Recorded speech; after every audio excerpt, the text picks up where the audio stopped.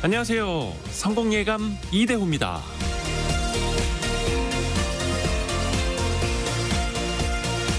더 뛰어나야 하고, 더 올라서야 하고, 더 쟁취해야 하는 경쟁사회. 어쩌면 우리는 더 앞서고 더 올라서려는 생각과 행동이 본능처럼 체득되었는지도 모릅니다. 하지만 앞서가려 한다고 해서 다 리더가 되는 건 아니죠. 높은 지위에 올랐다고 모두 존경받는 자리인 것도 아니고요. 성과와 권력 그리고 돈은 바닷물 같아서 마실수록 목마름이 더하다고 하죠. 노자의 말입니다. 바다와 강이 수백 개의 산골짜기 물줄기에 복종하는 이유는 그것들이 항상 낮은 곳에 있기 때문이다. 다른 사람들보다 높은 곳에 있길 바란다면 그들보다 아래에 있고, 그들보다 앞서길 바란다면 그들 뒤에 위치하라. 성공예감 이대호입니다. 출발합니다.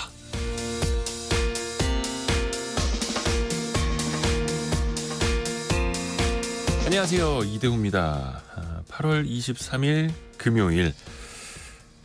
벌써 금요일이네요. 한 주가 다 지나갔습니다. 이제 어제 쳐서도 지났고 약간 좀 빗방울이 떨어지기도 하고요. 서울 지역에도 곳곳에 따라서 또 비가 오는 곳이 있어서 선선해지려나 싶은데 아직까지는 전국에 폭염경보가 내려져 있고 폭염주의보 비롯해서 대부분 지역에도 폭염특보가 여전히 발효되고 있다고 하니까요.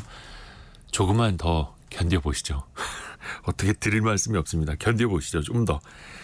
오늘 원탁의 기자들 함께하는 날인데요. 어제 한국은행 금융통화위원회가 기준금리를 동결했습니다. 벌써 13번 연속인데요. 만장일치로 금리를 동결했습니다. 내수는 부진한데 부동산 시장은 또 불안하기도 하고 이 딜레마에 빠져 있는 기준금리를 같이 한번 짚어보시죠. 또 여러분은 영화 극장 관람료, 영화 티켓값 어떻게 생각하십니까?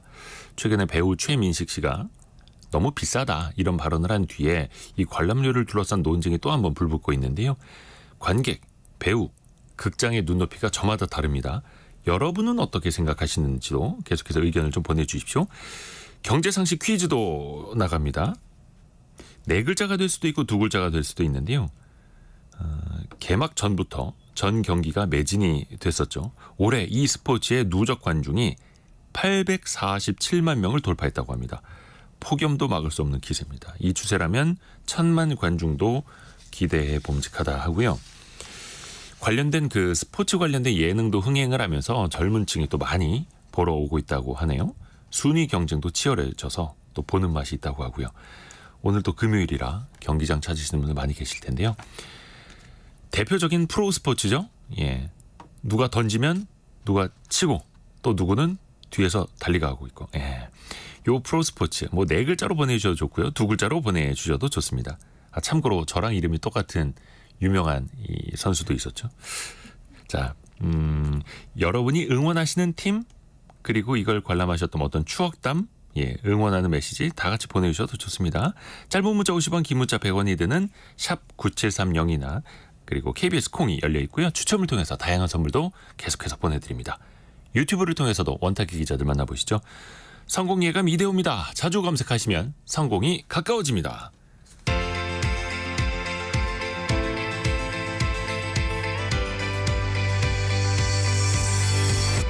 KBS 1라디오 성공예감 이대호입니다. 원탁의 기자들, 오늘은 2대12 권소현 기자, 경제전파사 강예지 에디터, 연합인포맥스 정지석 기자 함께합니다. 안녕하세요. 네, 안녕하세요. 거의 한 10여 년 만에 처음으로 원탁의 기자들을 여기자들끼리 하게 됐다고. 네, 별로 그렇게 반갑지 않으세요? 저만 반가운가? 자, 화기애애할 수도 있지만 또 불꽃 튀는 내용이 또 오갈 수도 있습니다. 우선은 저희가 기준금리 이야기를 할 건데 어제도 저희가 속보를 전해드렸습니다만 한국은행이 기준금리를 연 3.5%로 또 동결을 했습니다.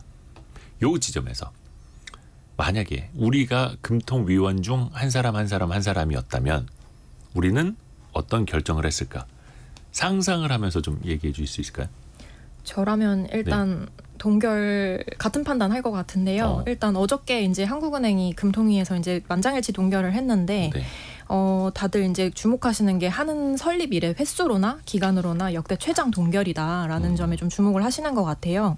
그러면서 이제 두 가지 위험을 이제 그 총재 기자간담회에서 나왔는데 하나가 부동산 가격, 두 번째가 가계부채 증가였습니다. 그래서 집값이 뛰고 이제 가계부채가 계속 늘면서 일찍 기준금리를 낮추면 부동산을 자극할 수 있다라는 판단이 나온 것 같아요. 근데 저도 같은 판단인 것 같고요. 지금 상황에서는 기준금리를 빨리 내리는 부작용이 천천히 내렸을 때 있을 부작용보다는 좀 크다라고 생각이 됩니다. 권소영 기자는요? 저도 마찬가지일 것 같은데 지금 뭐 내수나 이런 걸 생각하면 내려야 되는 게 맞지만 뭐 부동산을 보면 올려야 되는 상황인 거예요. 지금 부동산 심리라든가 그렇죠. 뭐 가계대출 증가폭을 보면 올려야 되는 상황이 맞는데 지금 이러지도 못하고 저러지도 못하는 상황이라면 결국은 이제 동결. 이거는 어떻게 선택이라기보다는 어쩔 수 없는 상황인 것 같기는 한데 그만큼 지금 보면 부동산이 굉장히 큰 변수로 작용을 하는 것 같아요. 근데 뭐 부동산 시장을 좀 보면 뭐 어저께 이거 끝나고 나서 이제 증권사 애널리스트들이 낸 리포트 중에 부동산 공화국 통화 정책도 부동산이 결정했다 뭐 이런 표현을 쓰기도 했고 네. 어제 하는 총재가 간담회에서 부동산이라는 단어만 한 40번 이상 넘게 언급을 했거든요. 물론 물가 안정이 제일 목표이긴 하지만 지금 하는 입장에서는 이 부동산이라는 이 부동산 집값 상승이라든가 아니면 그에 따른 가계대출 증가세를 이제 지켜볼 수밖에 없는 상황인 것 같습니다. 아하. 정지석 기자는요? 뭐 사실 선택하기 어려운 문제죠. 이게 뭐 동떨어져서 돌아가는 이슈가 아니기도 하고 결국은 네. 둘 다 이제 금리 문제인데 그 이제 최근에 KDI가 한번 고금리가 내수 부진을 심화하고 있다라는 그렇죠. 이유의 그 보고서를 내기도 했었는데 사실 뭐 시장 금리가 이미 좀 하락을 한 상태이기 때문에 뭐 하느니 실기했다 뭐 이런 논리가 좀 약하다라는 지적도 있고요. 근데 저라면 조금 일찍 내리지 않았을까? 라는 생각을 해봤어요. 이게 사실은 이 이자 부담을 조금 생각을 안 해볼 수가 없는데 네. 기존에 있는 지금 뭐 시중 은행들이 가계대출 금리를 가상금리를 올리면서 이제 대출 수익을 좀 막고 있긴 하지만 기존 차입자들 입장에서는 이자 부담을 좀 낮춰줘야 될 필요가 확실히 있다고 생각을 하거든요. 뭐 은행들 가계대출 금리 상당폭 낮아졌다라고 하지만 아직 체감하기에는 굉장히 좀 낮다는 거죠. 사실 내수 부진을 누가 이렇게 일으켰냐 이 얘기할 때 고금리 이야기하시는 분들이 굉장히 많고요. 네. 그리고 이제 하느니 기준금리를 그럼 낮췄을 때 내수가 크게 살아날 것 같아? 라는 질문을 하면 당연히 뭐 단기간에 내수가 살아나진 않겠죠. 하지만 뭐 자영업자들이나 이런 입장에서 봤을 때 버티기나 할 수 있다. 이런 얘기가 좀 많거든요. 그래서 뭐 시중 금리가 사실 충분히 낮아졌다라는 시각에 조금 동의를 하기가 저도 아직은 조금 어렵고 지금 코픽스 금리만 봐도 이 금리가 아직은 높아요. 이게 지금 최근에 지난달에 공시된 6월 기준 그 코픽스 금리 보면은 낮아지고 있긴 한데 여전히 이게 3% 중반대거든요. 네. 근데 이게 그 2022년 9월 그러니까 이후에 가장 낮았지만 여전히 3% 중반대고 또 2022년 그때만 해도 코픽스 금리가 1%대였습니다. 그러니까 대출을 빌린 차주 입장에서는 여전히 금리 수준이 높은 거죠. 그리고 또 신규 취급 대출이 아니라 기존 대출자에 대한 뭔가 이자 부담을 좀 낮춰줄 수 있는 제도적인 노력도 좀 필요하다고 생각이 돼요. 그래서 저였다면 금리를 조금 이번 기회에는 낮추지 않았을까 하는 생각을 조심스럽게 했습니다. 여기서는 소수 의견이 나오네요. 네. 2대1로. 근데 어저께 금통위는 만장일치 동결이었더라고요. 네. 보통 이제 한 명씩은 소수 의견이 나와야 그 다음번 금통위 때 인하겠구나. 혹은 뭐 인상이겠거나 이렇게 방향이 틀어지는 걸 예감할 수 있는데 이번에 만장일치라면 그러면 다음번 금통위가 이제 10월이죠. 네, 10월이요. 10월도 아닌 거 아니야? 그래서 그러면 11월이겠는데 이런 전망들이 또 나오더라고요. 근데 사실 보면 비둘기를 또 엄청 날렸어요. 그러니까 소수 의견 없이 만장일치긴 하지만 그것만 보면 이제 약간 매파인가? 왜냐하면 시장에서는 소수 의견 한두 명은 좀 나오지 않겠냐라는 전망이 있었는데 일단 만장일치라는 걸로 매파인가라고 이제 볼 수도 있는데 이제 뜯어 보니까, 그러니까 저는 제가 느끼기에는 굉장히 이제 비둘기를 많이 날렸다고 보는데, 일단 포워드 가이던스에서 보면 총재를 제외하고 6명이 이제 금통위원인데 그 중에서 3개월 내에 기준금리를 인하할 가능성에 손든 사람이 7월 달에는 2명이었거든요. 그 전까지는 계속 1명이었다가 7월 달에 2명으로 늘었는데 이게 이번 금통위 때는 4명으로 늘었어요. 그러면 금통위 총재를 포함한 7명 중에 과반수가 3개월 이내 금리를 인하할 수 있다라고 이제 손을 든 거고, 통화정책 정책 방향문도 이제 우리가 좀 뜯어보면 뭐 긴축 기조를 충분히 유지하겠다라는 멘트에서 충분히란 단어가 빠졌거든요. 그렇다면 조만간 이제 긴축 기조를 유지하겠다는 그 기간이 조금 짧아질 수 있다라는 거고 전반적으로 물가 안정에 대한 확신은 좀 커진 느낌이고 내수 회복이 예상보다 더디다라고 평가를 하고 있고 또 올해 성장률 전망치도 0.1%포인트 하향 조정했잖아요. 이것도 그렇죠. 어찌 보면 이제 비둘기적인 이제 느낌을 줄 수 있는 거고 어제 이 총재의 워딩 중에 또 이런 표현들이 좀 있었어요. 미국과의 금리 동조화 현상이 당분간 계속될 것. 폭에서는 차이가 있겠지만 이런 워딩이 있었는데 이런 워딩도 사실은 시장에서는 비둘기로 받아들일 수 있는 게 미국 지금 이제 뭐 0.5%포인트 이상 인하할 수 있는 B컷 이제 얘기가 계속 나오고 있잖아요. 아마 이제 잭슨홀에서 어떤 워딩이 나오는지를 좀 지켜봐야 될 텐데 뭐 미국이 그렇게 B컷으로 간다라고 하면 우리도 따라갈 수밖에 없으니까 그래서 조금 비둘기적으로 좀 받아들인 것 같고 그래서 어제 채권금리도 이제 일찍 마감한 게 이런 이제 시장의 반응이 아 금통위는 약간 비둘기적이었어. 약간 이런 느낌이었습니다. 내리긴 내린다. 근데 그게 10월 아니면 11월 뭐 한 달 차이일 수는 있겠고요. 강희지 아까 뭐 어떤 얘기하려고. 저도 같은 말씀 드리려고 했는데요. 10월에 이제 금통위 인하 가능성을 이야기한 금통위원이 이제 절반 이상으로 넘어섰고, 네. 이 총재가 요거 관련해서 이제 질문이 나왔을 때 부동산 관련 정부 정책이 시행될 것인 만큼 인하 가능성을 열고 금융 안정 상황을 좀 지켜보고 금리 결정하자는 얘기다라고 했거든요. 근데 지금 9월 달부터 당장 그 시행되는 게 2단계 스트레스 DSR 네. 단계가 있잖아요. 그래서 요거 정책을 먼저 보고 그 인하를 할지 말지 그리고 그 사이에 지금 9월에 FOMC 회의가 열리니까 미국 기준금리까지 확인을 하겠다인 것 같아요. 그래서 순서상으로 보자면 2단계 스트레스 DSR 확인, 그다음에 미국 기준금리 내리는지 확실히 확인하고 폭까지 보고 나서 금통위도 움직이겠다. 이런 메시지가 아니었나라고 생각합니다. 그러니까 어떤 그 대출이 확대되는 과정의 어떤 속도 같은 것, 부동산 시장의 움직임도 종합적으로 보겠다라는 건데 그러면 과연 그 2달 혹은 석 달 이후에는 부동산 시장이 진정될 것인가 또 이제 봐야 되는 거고요. 물론 한국은행의 제1의 목표가 물가 안정, 그 다음이 금융 안정이기는 한데 일단 어느 정도 조각들은 맞춰 나가는 것 같습니다. 저는 어제 그 통방문 읽으면서 그래서 10월에 금리 인하 또 글렀다라는 생각이 되게 명확히 들었던 게 네. 이게 현장에서 저희는 이제 기사를 쓰잖아요. 예. 그럼 보도 자료가 나온단 말이에요. 근데 이제 지금 10월 금통위가 11일에 예정이 돼 있어요. 근데 보통 하느니 그 시중은행 대출 보도 자료를 한 번씩 뿌립니다. 매달. 네, 네. 근데 그거 집계가 뭐 보도 자료를 그 달에 둘째 주에서 셋째 주 정도에 뿌리는데 지금 보면 올해 이제 6월 이후에 제일 빠르게 발표됐던 게 10일 날 그 전달의 대출을 한번 통계를 발표한 적이 있었어요. 네네. 근데 그렇다고 하더라도 뭔가 결과적으로 10월 금통위 직전에 이 전달의 가계대출 증가폭을 알 수 있다고 해도 뭔가 의사결정을 하기까지는 조금 부담이 되지 않을까. 네, 10월에 그러니까 조금 더 금융시장의 있다. 데이터를 조금 네. 더 볼 필요가 더 볼 있다. 필요가 있다라고 생각을 할 것 같고 그리고 일단 그 9월 스트레스 DSR 시행을 앞두고 뭐 어쨌든 간에 8월 대출 규모가 뭔가 7월보다 유의미하게 늘었다? 뭐 이렇게 평가하기도 조금 숫자적으로는 좀 애매할 것 같고요.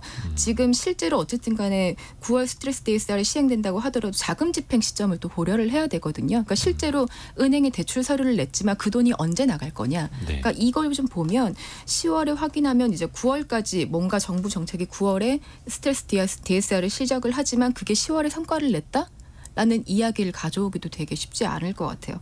그래서 사실은 뭐 이번에도 아까 말씀하셨지만 10월에 인하를 할 거면 뭔가 더 강력하게 시사할 수 있는 방법은 있었을 거거든요. 네. 그러니까 말씀하신 그 소수 의견이 한 명 있었다면 그래도 진짜로 10월에 뭔가 가능하겠네라는 생각을 했는데 비록 포워드 가이던스의 이제 배치가 4대 2에서 2대 4로 바뀌긴 했죠. 그래서 뭔가 금리 인하에 대한 전반적인 방향성에 대한 시사를 했지만 10월이야 11월이야 이 얘기를 놓고 본다면 이게 10월에 금리 인하를 하기에는 조금 쉽지 않다. 시기적으로 빠듯하지 좀 않을까. 시장의 전망들도 또 그렇게 또 흘러갈 수밖에 생각이 좀 없겠고. 들었습니다. 근데 이게 참 쉽지 않은 상황이 한국은행이 경제 성장률 전망치를 조금 더 낮춰 잡았습니다. 올해 성장률을 2.5로 보다가 2.4로 낮췄고 내년 전망은 2.1%입니다. 그러면 올해가 당초 생각했던 것보다 더 안 좋아지고 있고 내년은 올해보다 더 안 좋을 거고 그러면서 금리는 3.5% 수준이니까 성장률이나 물가 수준에 비했을 때는 굉장히 이제 높은 상황이죠. 그래서 충분히 긴축적이고 뭐 제약적 이렇게도 표현을 하는데 높은 수준인 건 맞습니다. 그렇죠? 경제에 비해서. 이것도 아쉬운 소리가 대통령실에서도 나왔습니다.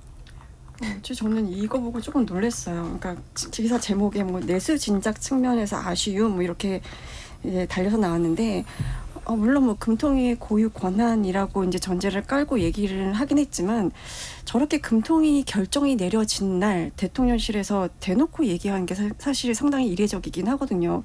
그러니까 금통위를 앞두고 있을 때는 뭐 여당의 주요 인사들이라든가 아니면 대통령실 인사들이 약간 기준금리 인하를 촉구하는 발언들은 이제 종종 해오기도 했고 그랬는데 당일날 결정에 대해서 저런 코멘트를 한 거는 저는 많이 못 봤던 것 같아요. 근데 그게 사실 이제 이렇게 얘기를 하면 하는 독립성 훼손 논란으로 바로 이제 이어질 수도 있고 이게 어찌 보면 통화 정책에 대한 압박으로 느껴질 수밖에 없기 때문에 그 당일날에는 조금 조심하는 편이긴 한데 어제 보니까 이게 대통령실에서 뭔가 공개적으로 이렇게 공식적으로 얘기한 게 아니라 기자가 전화 통화를 해서 이제 얘기를 한 거던데 이게 뭐 기자가 전화했는데 뭐 기사가 나갈지 모르고 편하게 얘기했을 거라는 생각은 안 들어요. 그렇죠. 그러니까 제가 생각하기에는 기사화를 염두하고 발언을 한 건데 지금 경기 둔화에 대한 책임을 조금 하늘로 돌리고자 하는 게 아닌가 하는 생각도 좀 들긴 했습니다. 왜냐하면 지금 연준도 실기론이 나오고 있고 금통위도 좀 실기론 이런 얘기들이 좀 나오고 있으니까 이런 걸로 좀 여론 조성의 목적이 어느 정도 있지 않나 하는 생각이 좀 들었고 그러면서 이제 소비를 살려나가야 되는 입장이다. 뭐 다음 주 중으로 민생 안정 대책 그리고 소비 진작 대책 이런 것들 마련해서 발표하겠다고도 코멘트를 했거든요. 그러니까 지금 현재 정권은 지금 우리 정부는 내수 살리기에 최선을 다하고 있다라는 느낌을 이제 국민들한테 주고 싶어 했던 것 같고 어찌 보면 정부 입장에서는 지금 내수 살리는 게 그만큼 급하다고 느끼는 걸 수도 있고요. 지금 수출로 버티고 있긴 한데 그것도 미국 경기 둔화 우려가 계속 꾸준히 나오고 있고 그래서 미국은 B컷으로 간다 이런 얘기가 나오고 있는 상황에서 수출도 언제까지 버틸 수 있을지 모르는 상황이라서 그렇다면 내수 진작을 위해서 뭐 정부는 최선을 다해야 되고 그런 면에서 하는 해 이런 금리 결정이 좀 아쉽다라고 얘기를 한 게 아닌가 싶습니다. 저도 좀 같은 맥락이었는데 정지석 기자. 예. 진짜 이례적인 일은 맞아요. 근데 이제 어쨌든 통실의 그 어제의 워딩은 내수 안 좋으니까 하는 니네 내수 부진 고려해서 올해 성장률 전망치 낮췄잖아. 그리고 아니 이 정도로 그 성장률의 전망치를 낮출 정도로 내수 부진 걱정하면서 금리를 안 내렸네. 미국도 어차피 뭐 50이 될지 25가 될지 모르지만 미국도 내리는데 이 시간의 문제인데 너희가 좀 더 먼저 했으면 어땠어라는 취지의 발언을 했는데 근데 사실 정부가 몰랐을까요? 하느니 이번 달에 금리를 동결하리란 걸 시장도 다 알고 있었고 다 있는데 정부가 몰랐을 리는 없을 것 같고 그러니까 어쨌든 통실의 어제 메시지는 우리가 내수 부진에 대해서 이 정도로 걱정을 하고 있어. 우리가 완전 걱정하지 않는 게 아니야. 우리가 부동산만 보고 있는 게 아니야라는 뉘앙스를 주기 위한 거였고 그 뒤에 아까 이제 말씀하신 우리가 이제 민생 안정 대책 같은 거 준비하고 있어라는 거를 발표하기 위한 빌드업이 아니었을까. 어느 정도의 시그널이었다고 생각합니다. 근데 저는 이제 양측의 그런 발언, 통화 정책 결정을 보면서 딱 모순이라는 말이 떠오르더라고요. 한국은행은 성장률 전망치를 낮추면서 경기를 더 안 좋게 보면서 금리를 계속 동결하고 있고 정부는 내수가 어렵다. 내수 진작해야 한다라고 하면서 계속해서 긴축 재정 기조로 가고 있고 돈은 너희들이 풀어야지 이렇게 하고 있고. 근데 예. 저는 이게 그 한국은행 통화정책 목표 이렇게 찾아보면은 물가 안정, 경기 안정, 금융 안정 이렇게 세 가지 정도로 나오는데 네. 크게. 근데 이제 지금 어제 총재 간담회도 그렇고 최근에 이제 지금 이창용 총재 부임하고 나서 금융 안정 계속 강조하고 계시는 것 같아요. 네. 근데 지금 이게 그 부동산 연끌적에 경고했다라고 이제 기사 많이 나왔잖아요. 네. 어저께. 근데 제가 생각해 보니까 국토부 장관이 경고한 적은 있는 것 같은데 총재가 경고한 적이 있었나라는 생각이 들더라고요. 근데 이제 전임이었던 이주열 총재 그 당시에도 사실은 정부의 부동산 대책이라든가 부동산 시장의 어떤 반응이라든가 이것 때문에 한국은행이 중간에서 끼어가지고 되게 이제 좀 약간 곤란한 상황 그런 것들이 많이 연출이 됐었어요. 근데 당시에는 코로나 위기에 대응해야 했던 시점이고 네. 지금은 또 그 어떻게 보면은 이제 불가피하게 미국의 기준금리 하고 부동산 가계부채 시장에 같이 대응해야 되는 좀 또 다른 상황이 아닌가. 그래서 이제 그냥 그렇죠. 저는 물론 대통령실이 그렇게 이야기한 거는 이례적이고 당연히 이례적이어서 그게 왜 이례적이었겠어요? 왜 안 하니까 그런 얘기해서 나와서 이제 이례적인 건데 근데 한국은행은 한국은행만의 역할이 또 있고 그게 금융 안정이지 않나라는 생각도 듭니다. 그렇죠. 뭐 내수 진작 측면에선 아쉬움이 있다. 뭐 대통령실 관계자의 말. 또 뭐 그 정도는 또 이야기는 또 할 수 있을 테고요. 뭐 내렸어야 된다. 뭐 이렇게 또 워딩이 셌던 것도 아니고 어느 정도 적정선을 좀 타지 않았나라는 생각도 좀 갖게 되고요. 한국은행 총재가 이전 정부처럼 집값이 급등하진 않을 것이다. 또 이렇게 이야기를 하기도 했습니다.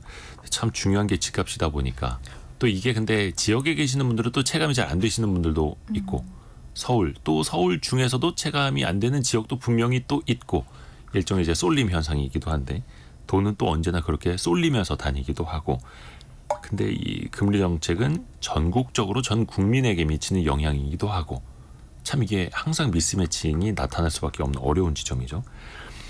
2507님이 3.5%대 기준금리 이러지도 저러지도 못할 거라 저도 예상했어요. 미국만 바라보겠죠? 이렇게 보내주셨는데 당장 다음 달 미국의 FOMC 회의 때 근데 여기서는 기준금리를 이제 0.25%포인트냐 0.5%포인트냐 그 폭이 문제지 일단은 인하도 많이들 예상이 되고 있고 미국에서 이제 잭슨 홀 미팅이라고 하는 경제 뭐 심포지엄 컨퍼런스 같은 게 지금 이제 시작이 됐죠. 미국 쪽은 좀 어떻게 봐야 될까요? 말씀하신 것처럼 지금 22일에서 24일 날 현지 시각으로 잭슨홀 미팅 열리는데요. 네. 지금 뭐 월가에서는 9월 금리 인하는 기정사실이고 단지 폭이 0.25냐 0.5냐 그 문제인 것 같아요. 근데 이제 연준 의장이 23일에 30분짜리 기조 연설을 한다고 하죠. 그래서 이때 혹시 0.5%포인트 이 B컷에 대한 힌트가 나오지 않을까라고 기대하는 분위기인 것 같고요. 결국에는 이제 그 아까 비둘기 날린다고 표현하셨는데 파월 의장이 얼마나 비둘기를 많이 날릴 것이냐 적게 날릴 것이냐 그 차이가 있지 않을까 그에 따라서 좀 시장 반응도 갈리지 않을까 싶습니다. 최근에 한 2년 동안은 잭슨홀 미팅 이후에 금융시장 충격이 엄청 컸었죠. 그렇죠. 계속 매파적인 발언. 한 2년 전에는 더 올릴 거야. 계속 올릴 거야. 지난해에는 아직 멀었어. 이러면서 시장이 많이 흔들렸었는데 이번에는 인상이 아니라 인하에 대한 발언이 힌트가 어떻게 나오느냐. 요게 또 이제 주목이 되는 상황이고 잭슨홀 미팅 이제 시작되기 전에 각각 그 연준 위원들 여러 언론 매체 인터뷰한 걸 보니까 9월 금리 인하 개시가 적절하다 이렇게 위원들이 또 이야기를 한 게 좀 계속해서 기사화가 되고 있네요. 또 중요한 건 이제 파월 의장의 연설일 테고요. 우리도 어찌됐든 간에 그 이후를 볼 수밖에 없을 테고요. 참고로 금통위가 올해 10월, 11월 이렇게 남아 있는 거죠. 네, 2번 남았습니다. 네. 2번 연속 인하에 대한 기대감도 혹시 있습니까? 갈리는 것 같아요. 10월 인하냐 11월 인하냐 10월 인하를 점치는 쪽은 10월 11월 연속 인하를 좀 전망하는 경우들이 좀 많고 11월 인하를 점치는 곳들은 그냥 올해 연중에 한 번 인하하고 끝나는 시나리오로 많이 예상을 하고 계시더라고요. 근데 또 지난번에 8월 5일 날 시장 급락했을 때도 그렇고 기준금리를 많이 내려야만 하는 환경은 곧 경기 침체 이렇게 또 받아들이면서 그게 또 좋은 거는 아니고 물가도 서서히 안정되고 금리도 서서히 내려올 수 있는 그런 환경이 뭐 골디락스라고도 이야기를 하는데 쉽지는 않습니다. 미국에서도 이미 골디락스 시대는 이제 물 건너갔다 이렇게 보시는 분들이 되게 많더라고요. 그래서 파월 의장조차도 데이터에 따라서 데이터를 보면서 한 달 한 달 또 이야기가 조금씩은 수정이 되고 있기도 하고요. 저희가 그 경제상식 퀴즈 한 번 더 내드리고 두 번째 이슈로 넘어가겠습니다. 폭염을 뚫고 847만 명이 이 스포츠를 보러 올해에만 다녀왔습니다. 역대 한 시즌 최다 관중 신기록을 세우고 있는데요. 1000만 관중도 기대가 되는 이 스포츠는 뭘까요? 각 구단의 이름에 대기업들의 이름이 들어가 있죠. 출범한 지가 벌써 40년이 됐는데 여전히 대기업들에도 의존할 수밖에 없는 상황. 평균 관중은 게임당 10,000명 수준으로 제자리 걸음이고요. 선수들의 연봉도 그렇고 운영비는 계속해서 오르고 있는데 만성 적자에 빠져 있기도 하고 그래서 이 대기업의 지원이 없이는 운영이 되기 힘든 그런 또 이제 구조적인 문제도 한계도 있고요. 또 하나가 예전에는 TV 틀면은 이제 뭐 저녁 시간이든 주말이든 볼 수 있었는데 이제는 OTT 특히 최근에 이제 모바일 쪽에서 먼저 바뀌고 있는데 OTT에 돈을 내고 봐야 하는 이 보편적인 시청권을 빼앗긴다 이런 지적들도 나오고 있는 e스포츠 이야기를 맞춰주시면 됩니다. 8617님이 잠실에서 외야에 앉아서 음식을 무릎에 놓고 먹고 있다가 공이 날아와서 풍비박산 났던 기억이 있다. 그 이 경기장 가실 때는 그 공에서 눈을 떼시면 안 됩니다. 이게 맞을 수도 있고요. 물론 이제 안전망이 있습니다만 그 위로 넘어오는 공이 굉장히 빠르고 딱딱하기 때문에 항상 조심하셔야 됩니다. 8322님은 아들이랑 응원하는 팀이 달라서 두 팀이 경기하는 날에는 살벌해요. 송윤희 님도 신랑하고 저 응원하는 팀이 달라서 가끔 부부싸움까지 하게 된다. 아, 그 정도입니까? 예, 그 정도. 예. 하여튼 재미납니다. 그리고 또 많은 분들이 각종 스포츠 경기장도 많이 가셔야 또 내수도 활성화가 또 될 수도 있는 거고요. 여러분의 추억담, 응원하는 팀, 또 정답 많이 보내주십시오. 짧은 문자 50원, 긴 문자 100원이 드는 샵 9730이나 KBS 콩이 열려 있습니다.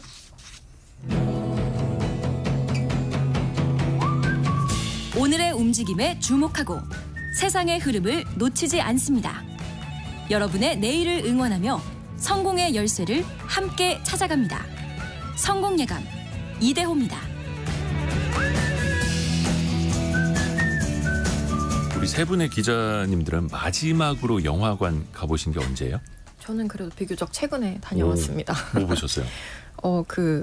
갑자기 이름이 생각이 안 나는데 그 현대사 다룬. 근데 생각이 안 나요? 봄, 네. 서울의 봄. 서울의 봄 이후에 나왔는데 생각하고 최근에. 계세요? 행복의 나라. 네? 네, 행복의 나라. 행복의 나라. 네. 진짜 최근. 네네. 자주 다니세요?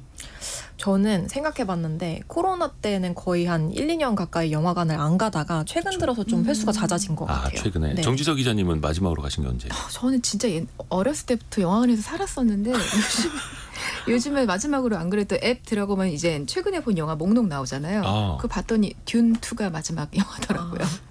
좀 한 반년 이상? 네, 꽤 됐습니다. 네. 제가 제일 심할 것 같은데 제가 어제 최근에 본 영화가 뭐지 하고 생각을 하다가 내가 정말 문화생활을 안 했구나 싶은 게 2019년에 신비 아파트 극장판 하늘 도깨비대 요르문간드. 그러니까 아이들이 그때 선데이 뜻으로 아시는 게 신비 아파트 그때 애니메이션 굉장히 인기일 때 아이들의 성화에 못 이겨 갔다가 졸다 왔어요, 사실은. 코로나도 전에. 네. 그 재밌는 애니메이션인데. 근데 귀신도 나오고. 귀신 얘기긴 한데 네. 사실 저는 최근에 그 인사이드 아웃 2를 굉장히 보러 싶었는데 이게 계속 이제 기회를 못 잡고 있다가 이러다가 결국 OTT로 넘어오면 보게 될 것 같다는 생각이 좀 들긴 하더라고요. 근데 그렇죠. 실제로 이제 저처럼 이런 경우들이 주변에 많아요. 특히 이제 아이를 키우는 엄마들은 아이들 어렸을 때는 또 이제 극장판 애니메이션 보러 가지 어느 정도 크면 뭐 최근에 인사이드 아웃 2도 아이들이 보고 싶다 그래서 그럼 같이 가자 그랬더니 아니 친구랑 가게 끊어만 줘 이러더라고요. 제가 소홀당했습니다. 네. 현실입니다. 현실. 그러니까 저도 생각해 보면 애들이랑 같이 갈 때, 그럴 때 가거나 아니면 정말 막 1000만 관객 들었다라고 해서 나만 안 보면 안 될 것 같을 때 대화는 통화해야 되니까 그럴 때 보는 것 같은데 글쎄요. 그 영화 티켓 가격이 우리가 극장으로 가는 발걸음을 좀 더디게 만들까요? 그 가격 자체는 어떻게 보세요? 사실 비싸죠. 15,000원이면. 저는 이제 영화관 가게 되면은 이제 통신사 할인이라든가 이제 받을 수 있는 것들을 좀 하는 약간 일종의 체리피커 그런 식으로 가는데 사실 15,000원이라고 생각하면 예전에는 한 10,000원 안팎에서 갔었던 것 같거든요. 네. 그리고 진짜 예전에는 8,000원대 뭐 조조 영화에는 또 할인도 굉장히 많이 받았었으니까 그때 생각해 보면은 내가 잘하는 동안에 그렇게 그 시간이 많이 흘렀나 싶을 정도로 굉장히 뭐 물론 다른 것들도 물가 많이 오르기는 했지만 영화관 그 값뛴 것이 참 좀 크게 체감되기는 하는 것 같습니다.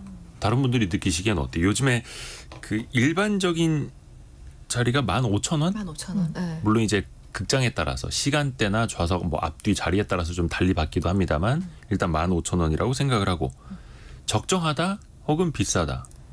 두 분은 어떻게 생각해요? 권소영 기자. 약간 이제 최근에 가본 적이 없어서 이제 체감하지는 못했는데 이게 가서 우리가 티켓값만 쓰는 게 아니잖아요. 가면 또 뭐 팝콘도 사 먹어야 되고 가는 길에 교통비도 들고 그거 끝나고 또 밥도 먹어야 되고 그러니까 그 최민식 배우가 얘기했던 것처럼 10만 원 홀쩍 나가니까. 근데 이걸 사실 우리가 영화를 보는 목적으로 영화관을 간다라고 생각하면 굉장히 비싼 금액인데 그냥 우리가 문화생활을 즐긴다 혹은 이제 밖에 외출해서 할 수 있는 여러 가지 중에 하나라고 생각하면 그냥 그만큼 그만큼 지불하는 거는 저는 뭐 이게 그렇게 비싼가 하는 생각 좀 들긴 하더라고요. 영화 티켓 값만 놓고 보면. 값만 놓고 보면. 다른 또 부대 비용이 그쵸. 있어서 전반적으로 네. 소비가 커 보이지. 맞아요. 정지석 기자님. 저도 그 말씀인 것 같고, 그러니까 절대적인 티켓값 15,000원이 비싸냐? 이거는 사실 그런가 저는 조금 퀘스천인데, 근데 이제 그 주변 비용, 그러니까 부대 비용들 때문에 조금 비싸 보이는 게 아닌가 싶고요. 그리고 아예 이제 그러니까 선택을 양극화하게 되더라고요. 근데 확실히 그 2D 영화를 네. 15,000원을 주고 보는 것보다는 그건 이제 집에서 OTT 서비스를 통해서 이제 집에서 편하게 보는 경우가 더 많고, 아니면 뭐 4D나 3D나 이런 어떤 장치적인 효과가 필요한 극대화되는 영화들 있잖아요. 네. 그러니까 그런 영화들을 선택할 땐 차라리 조금 더 돈을 주더라도 예, 영화관에 가서 보게 되는 그런 선택을 저는 하게 되더라고요. 뭐 아이맥스라든지 네. 큰 데서 봐야 네. 할 것 같은 것만 골라서 그렇게 보게 되고. 근데 이게 참 화살이 극장으로 많이 갑니다. 왜냐하면 물론 이제 교통비, 뭐 팝콘 가격, 밥값 여러 가지가 들지만 항상 화살은 극장, 영화 티켓 값에 꽂혀요. 지금도 이제 또 하나 논란이 일고 있는 게 가장 최근에 최민식 씨가 한 인터뷰에서 네. 너무 비싸다 영화가, 극장 그 티켓 가격 좀 내려야 된다 이런 발언을 했거든요. 이 발언 자체에 대해서도 또 논쟁이 또 붙었고, 물론 이제 그 근간에서는 우리가 티켓 가격에 대한 이야기를 또 해야 하긴 합니다만, 이번 논쟁은 좀 어떻게들 보고 계시는지도 의견을 주세요. 그러니까 사실 권소영 최민식 기자. 씨가 쏘아올린 공이긴 한데 네. 그분이 거기서 이제 발언한 내용의 핵심은 사실 이게 아니었던 것 같아요. 그러니까 뭐 세상이 변하고 있는데 세상을 탓해봤자 어쩌겠나. 이거 맞잖아요. 이게 OTT를 보는 비중이 60% 이상 늘어났고 영화관을 찾는 비중이 한 36% 정도밖에 안 되던데, 일단 세상이 변한 것도 많고 지금 젊은 사람들 보면 MZ세대들은 쇼츠에 되게 중독되어 있는 면들이 좀 있잖아요. 그러니까 말초적인 짧은 컨텐츠에 중독되어 있는 상황도 많고, 그 얘기했던 것 중에 가장 와닿았던 게 컨텐츠의 문제다라는 부분 있잖아요. 우리가 이걸 잘 만들어야 와서 보지 않겠냐. 그러니까 영화관 값이 비싸서가 아니라 볼 영화가 없기 때문인 것도 맞거든요. 근데 그런 이제 핵심을 지적한 내용들은 다 묻히고 맞아요. 영화값만 이제 딱 그 부분만. 이 회자가 된 게, 사실 우리가 약간 영화값에 대한 좀 반감이 드는 게 영화 티켓값 올린 속도가 너무 가팔랐어요. 그러니까 뭐 멀티플렉스 3대 멀티플렉스라고 하는 CGV하고 롯데시네마, 메가박스가 2019년 주말 기준으로 보면 최대 12,000원이었는데 이게 2020년부터 2022년까지 세 차례에 걸쳐서 15,000원까지 인상을 한 거라서 이 3년간 한 25% 정도 올린 거거든요. 그러니까 뭐 영화관 뭐 운영업체 입장에서 설명하는 것도 이해가 되긴 하는 게, 뭐 코로나19 때 거의 장사를 못해서 거의 망할 뻔했는데 뭐 코로나19 끝나고 엔데믹이 돼서 오픈했더니 인건비도 최저임금 올랐잖아요. 인건비도 오르고 뭐 임대료도 오르고 이렇게 원가 인상분을 반영할 수밖에 없었다라고 하긴 하는데, 이게 너무 단기간 이제 급하게 올랐고, 또 코로나19 이후에 이제 정말 그 최민식 씨 표현대로 물 들어오니까 노졌자 이런 느낌도 사실 소비자 입장에서 받을 수밖에 없거든요. 그래서 뭐 시민단체들이 뭐 티켓값 담합, 뭐 폭리 이런 걸로 이제 신고하기도 하고, 언론들은 이제 다른 나라와 비교했을 때 우리나라 영화값이 어떠냐 이렇게 비교해서 뭐 기사도 쓰고 막 이랬던데, 1인당 명목 GDP와 비교해보면 우리나라가 비싼 거는 맞더라고요. 0.033%라서 티켓값이 가장 비싼 스위스가 대략 한 우리나라 돈으로 3만 원이 넘는데 GDP랑 비교해보면 0.002%밖에 안 되고 미국도 0.016%밖에 안 되니까 이제 상대적으로 비싼 거는 맞다라는 그런 이제 보도들이 계속 되니까, 그러니까 정말 비싼 것 같네. 영화관을 운영하는 업체들이 너무 급하게 올렸네. 약간 반감이 좀 드는 면이 좀 있는 것 같아요. 1774님이 데이트할 때 말고 극장 갈 일이 있을까요? 몇 달 기다리면 OTT에 다 나오는데요. 극장 너무 비싸네요. 이런 의견 주셨고, 6692님도 영화 관람료 비쌉니다. 하지만 그 영화가 만들어지는 비용도 너무 비싸 보입니다. 배우들의 출연료부터 비싼 거에 동의합니다. 그리고 반대로 또 김진희님은 시원한 곳에서 좋아하는 사람과 함께 할 수 있다는 것에 비하면 비싼 건 아니죠. 커피값에 비하면 싸죠라고도 이야기 주셨고. 그러니까 사실 뭐 극장 가도 2-3시간 정도는 충분히 시간을 보낼 수 있는데, 뭐 시간당 이렇게 나눠 보면은 또 비싸진 않겠다라는 생각도 들겠고, 이게 상대적인 것 같다는 저는 생각이 들어요. 왜냐하면 영화 가격도 가격입니다만 OTT 한 달 비용이랑 맞아요. 영화관 한 번 가는 비용이랑 사람들이 비교를 하기 시작을 하니까 비싸 보이는 거죠. 내가 OTT에서 10편, 20편, 30편도 볼 수 있는데 한 편에 15,000원이야? 이렇게 또 물론 이제 공간에 드는 구조적인 비용은 또 다르겠습니다만 이게 참 어려운 것 같습니다. 항상 사람들은 상대적으로 보기 때문에. 근데 아까 이제 그 권소영 기자님 말씀하셨지만 배우 최민식 씨가 쏘아올린 공이라고 표현을 하셨잖아요. 이제 그 내용을 쭉 보면은 이게 왜 티켓 가격만 이렇게 두드러졌을까 싶을 정도로 좋은 내용들이 많이 나와 있어요. 특히 이제 창작자들이 본인들이 만들고 싶은 걸 만들어야지 이제 관객들이 올 거다라는 부분이 그런 부분이라든가 뭐 이제 영화의 어떤 다양성을 통해서 이제 소비자들한테 선택권을 많이 줘야 된다는 부분, 그다음에 OTT 관련된 문제들도 지적을 했거든요. 근데 영화 산업의 지금 문제들을 우리나라 국내 시장을 좀 들여다보면 굉장히 그 많은 문제들이 촘촘하게 수십 년에 걸쳐서 누적되어 온 것 같은 인상을 받았어요. 근데 이번에 이게 본의 아니게 티켓 가격 논란으로 불거지기는 했지만 요걸 계기로 해가지고 OTT 산업이 우리나라 시장에 어떤 미치는 영향이라든가 영화 산업에서 이제 좀 어떤 그 배우들 개런티 문제 이런 게 불거졌지만 사실은 그것뿐만이 아니라 OTT 일부 OTT 특히 이제 넷플릭스 쪽으로 쏠리는 문제라든가 그것 때문에 이제 창작자들이 충분히 기회를 얻지 못하는 문제 이런 쪽으로 이렇게 논쟁이 좀 이렇게 번져서 좀 건설적인 토론이 좀 지속됐으면 좋겠다라는 생각했습니다. 진짜 이게 티켓값만 네. 얘기를 할 문제는 아닌 게 뭐 네. 그 개런티 문제도 그렇고 사실 뭐 배우 출연료 대회비죠. 정확하게 얼마인지 알 수가 없거든요. 근데 이제 관계자들 사이에서 뭐 회당 10억이다. 누가 10억을 받았다. 이런 얘기 나오니까 이거 누구야? 라고 하면서 이제 배우들 몸값 때문에 드라마, 영화 제작 환경 위축된다. 뭐 이런 얘기들이 지금 매년째 되풀이 되고 있는데 사실 다 추측성 정보고 근데 그 정보가 혼란을 가중시키는데 당사자는 이걸 밝힐 수는 없는 내용이잖아요. 뭐 계약상 그렇죠. 예, 그렇다 보니까 이제 이게 왜곡이 발생하는 건데 사실 뭐 스타의 몸값 때문에 콘텐츠의 어떤 제작 편수 줄고 또 편성 어려워지면서 제작 시장이 얼어붙었다. 그러니까 악순환이 지금 반복되고 있는 건 맞거든요. 근데 이제 그 가운데 자본력에 있는 제작 주체, 그렇지 못한 주체가 이제 사이에서 양극화가 심해지는 거고 사실 넷플릭스 같은 대형 OTT 플랫폼은 자본력이 워낙 뒷받침이 되니까요. 그들이 책정해준 출연료 책정 주도권을 이미 그 사람들이 가져가 버린 상황이고 그러다 보니까 전반적으로 제작비 수준이 높아지고 또 상대적으로 구독자 수가 적은 그런 국내 OTT나 아니면 방송국 같은 경우에는 제작 원가에 허덕이다가 이제 결국 제작 편수를 줄일 수밖에 없는 상황이 이제 반복되는 거라고 봐요. 그래서 진짜 이번에 그 말씀하신 것처럼 표값이라는 그 영화표 티켓이 15,000원 여기에만 이게 매몰될 게 아니라 조금 전반적인 요즘에 워낙 또 K 콘텐츠에 대한 관심도 높고 네. 이게 엄청난 부가가치 산업이라는 인식을 다 갖고 있으니까 좀 시야를 좀 넓혀서 이야기해 볼 수 있는 계기가 좀 됐으면 좋겠습니다. 그렇죠. 요게 괜히 이제 논쟁이 최민식 씨한테 이제 붙어서 맞아요. 네. 그러면 당신은 기부를 해봤냐, 네. 뭐 당신 출연료부터 깎아라 이렇게 소모적인 오는데, 논란으로 네. 그죠? 그건 번지고 좀 있는 것 소모적인 같아요. 논란이고 이제 그게 본질은 아니니까. 맞아요. 사실 최민식 씨와 송강호 씨가 예전에 강호석 감독이 한 2005년에 저격한 적이 있었어요. 높은 개런티를 받는 두 배우 이래서 이 두 배우가 강호석 감독한테 사과하라 요구해서 사과하고 이런 논란이 있었거든요. 그러니까 이게 굉장히 오래된 논란이었던 거예요. 근데 최근에 뭐 이런저런 논의가 이루어지고 있는 와중에 그런 내용들도 좀 있더라고요. 배우들이 이제 개런티를 받는 대신 지분에 참여하는 방식으로 제작에 참여를 하는 거예요. 그래서 이 드라마나 이 영화가 흥행에 성공을 하면 수익을 배분받는 방식으로 하기도 하고 그렇죠. 일부 예를 들어 이제 홍상수 감독의 영화 같은 경우는 노개런티로 그러니까 참여하는 많죠. 배우들도 많잖아요. 그러니까 홍상수 감독의 영화는 어쨌든 예술 영화고 그리고 뭐 유럽에 있는 이제 각종 영화제 이런 데서 이제 수상을 할 수 있는 가능성도 높고 이러니까 뭐 이런 명분, 명예를 중요하는 배우들은 그런 식으로 노 개런티로 참여하기도 하고 이러니까 이런 이제 그 개런티의 구조를 좀 바꿔보거나 이런 것들을 이 산업에 참여하고 있는 주체들이 조금 같이 논의를 해서 좀 개선점을 찾아봐야 되지 않나 하는 생각이 좀 듭니다. 다양성도 필요하고요. 그렇죠.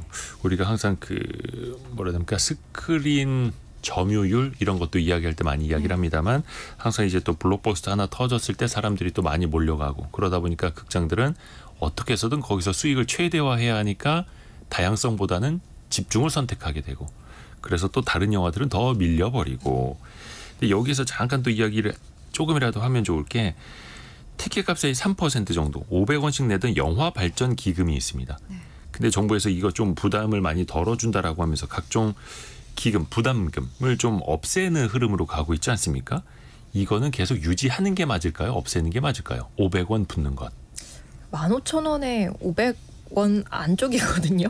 그 영화 발전 기금으로 쓰이는 부가금이라는 게 3% 수준인데 요거 예를 들어서 15,000원에서 500원 빼면은 14,500원인 건데 네.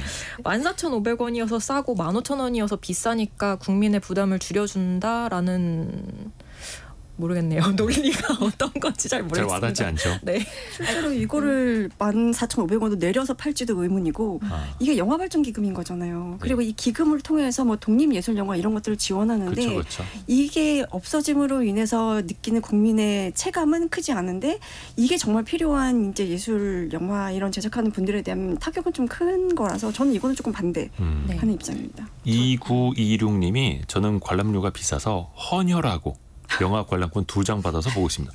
좋은 일입니다. 네. 헌혈도 하고 영화도 싸게 보고 또 지금도 조조 할인.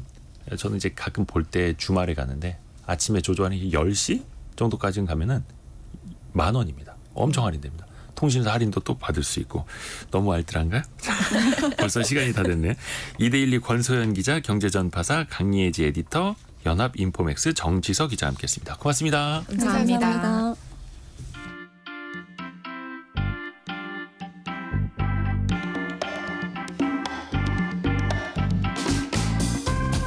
지금 여러분께서는 KBS 1라디오 성공예감 이대호입니다를 듣고 계십니다. 프로그램에 참여하신 청취자 여러분께는 추첨을 통해 아름다운 식탁 창조 주비푸드에서 뿌리 담은 리얼 생 와사비를, 쉽고 빠른 판촉물 제작 시너지 기프트에서 무드 등 미니 가습기를, 그리고 성공예감에서 준비한 커피 쿠폰을 보내드립니다. 당첨자는 성공예감 이대호입니다 홈페이지에서 확인하세요. 아마 군대에 다녀오신 분들은 군무원 분들을 종종 보셨을 겁니다. 군대에서 일하는 공무원. 근데 어떤 일을 정확히 하고 또 어떻게 채용이 되는지 그 부분은 또 많이 안 알려져 있어요. 군무원에 대해서 오늘 한번 살펴봅니다. 직업의 세계 한경 비즈니스 강홍민 기자와 함께합니다. 안녕하세요. 안녕하세요. 군무원 분을 만나셨다고요? 네.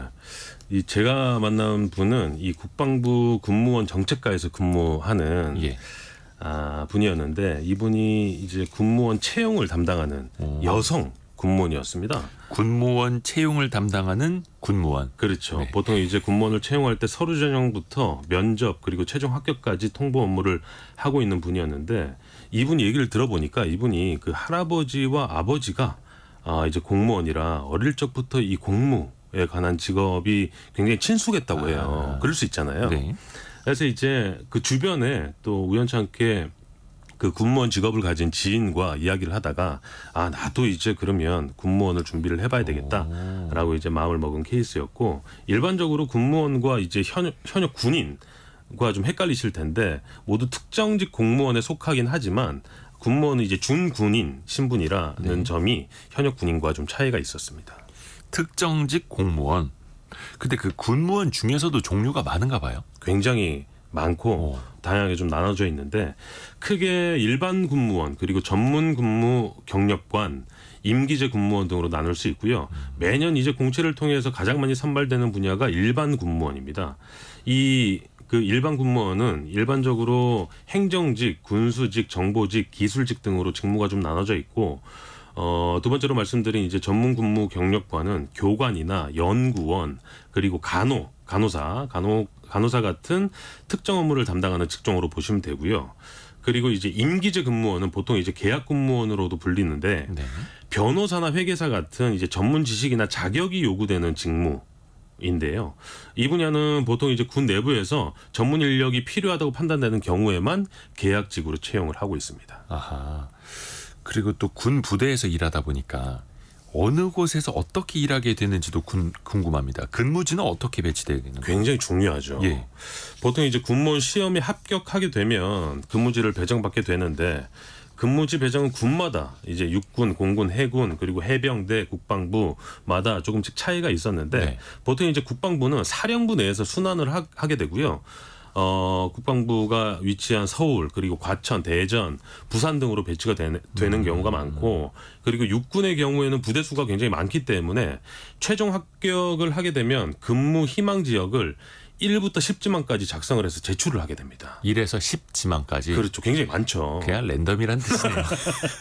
그렇기 때문에 제출을 하게 되지만 네. 사실상 이게 성적순으로 발령이 된다는 점을 성적순. 그렇죠. 참고를 하시면 될 것 같고 공군의 경우에는 뭐 경기도나 강원도 내에 이제 도심 근처에 있기 때문에 근무하기가 좀 수월하다는 의견이 있고요.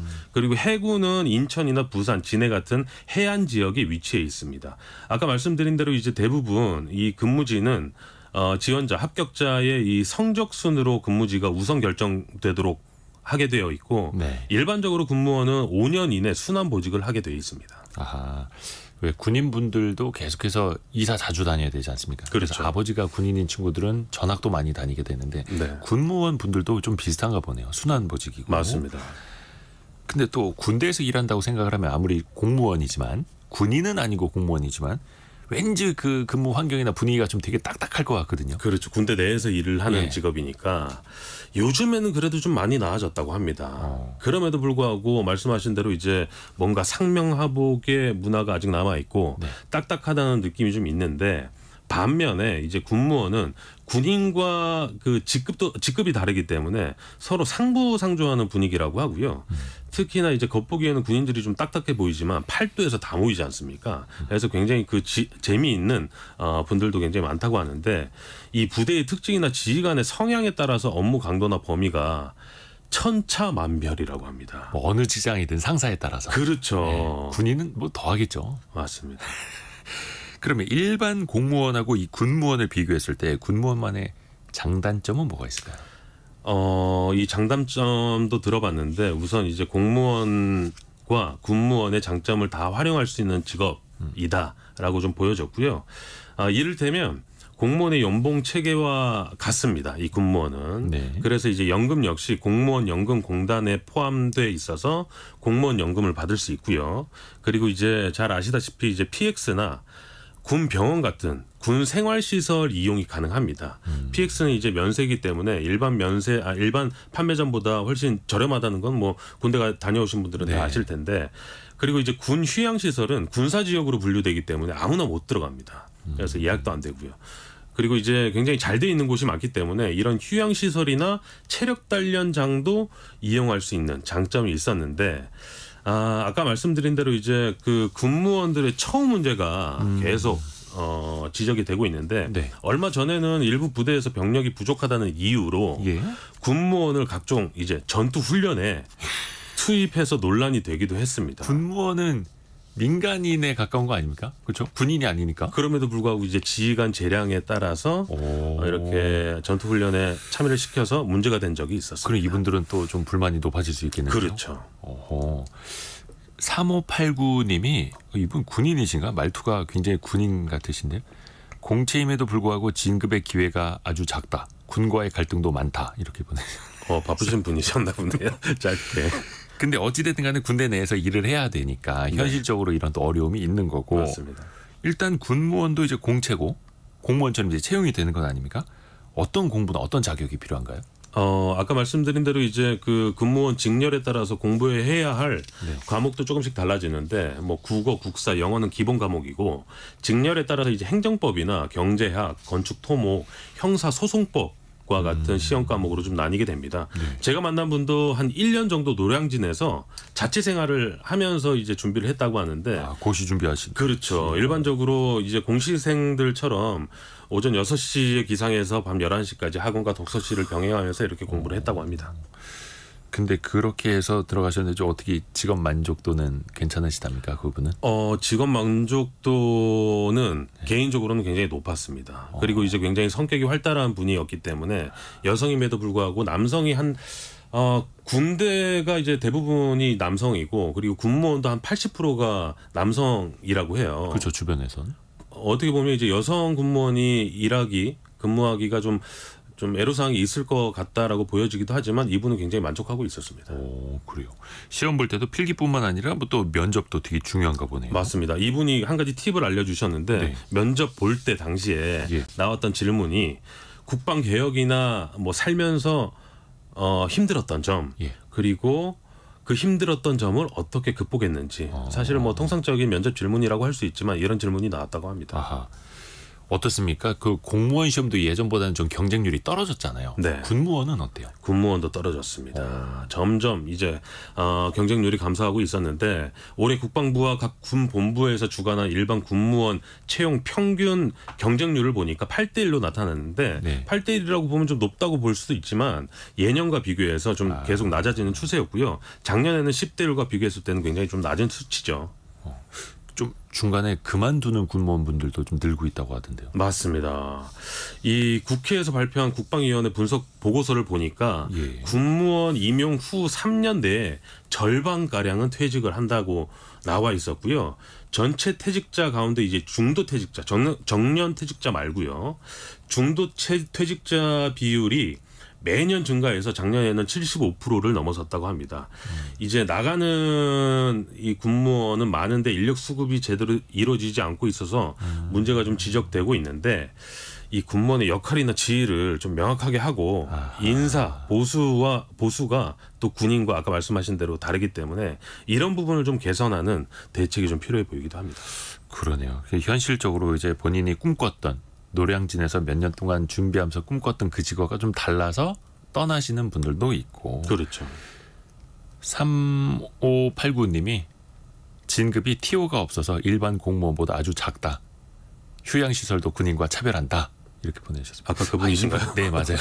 군무원이신 것 같은데. 네. 아무튼 의견도 많이 보내주셔서 감사합니다. 한경비즈니스 강홍민 기자와 함께했습니다. 고맙습니다. 감사합니다. 저희가 2부에서는요. 여러분이 많이 좋아하시는 정희원 교수와 함께 저속 노화 식단을 알아봅니다. 지난번에 정희원 교수 출연했을 때 정말 많은 분들이 질문을 올려주셨는데 저희가 다 소화를 하지 못해서 이번에 AS로 준비를 했습니다. 여러분의 질문을 모아서 정희원 교수에게 전달을 했으니까요. 느리게 나이 드는 법에 대해서 제대로 한번 들어보시죠. 잠시 후 뉴스 들으시고요. 10시 5분에 금방 다시 뵙겠습니다.